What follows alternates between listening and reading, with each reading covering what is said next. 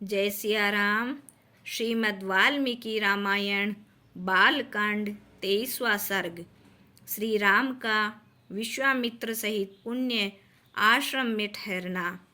अब रात बीतते ही प्रातःकाल होने पर विश्वामित्र ने दोनों राजकुमारों को जगाते हुए कहा, तुम्हारे जैसे पुत्र पाकर कौशल्या सुपुत्र जननी कही जाती है, अतः तुम शीघ्र ही उठकर प्रतिदिन होने वाले देव संबंधी कार्य पूरा करो।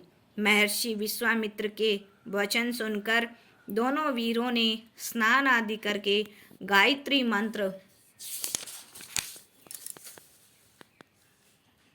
का जप करने लगे। इसके बाद उन्होंने विश्वामित्र को प्रणाम किया और उनके साथ ही आगे बढ़ने को तैयार हुए। वहां से चलते हुए वे गंगा और सरयू के संगम पर पहुंचकर त्रिठग्गा नदी गंगा जी का दर्शन किया। उसके पास ही शुद्ध अंतःकरण वाले महर्षि का एक पवित्र आश्रम था।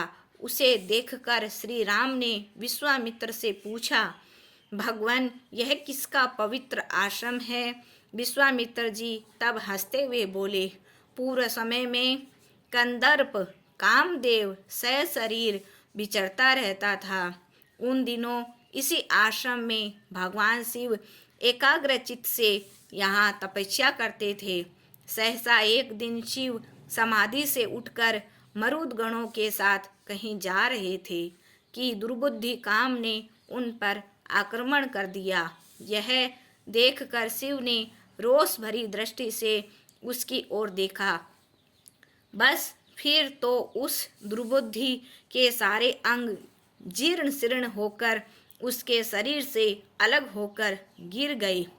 राम उस समय से वह अनंग नाम से विख्यात हुआ और इस स्थान का भी अनंग देश नाम पड़ा। यह उन्हीं महादेव जी का पुण्य आश्रम है। यह समस्त मुनि उन्हीं के शिष्य है। फिर उन्होंने दोनों राजकुमारों से कहा, आज यहीं संगम में स्नान कर रात्रि शिवाश्रम में बिताएं। तत्पश्चात कल प्रातःकाल नदी पार कर आगे बढ़ेंगे। इतना कहकर मुनि उन्हें लेकर आश्रम में गए, जहाँ ऋषियों ने इनका बड़ा आदर सत्कार किया।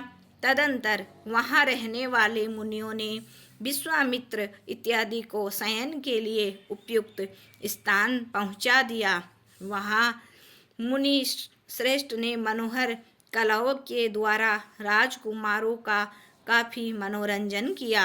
इसी प्रकार श्री वाल्मीकि निर्मित आर्ष रामायण आदि काव्य के बालकांड में 23वां सर्ग पूरा हुआ। जय सिया राम, जय जय सिया राम।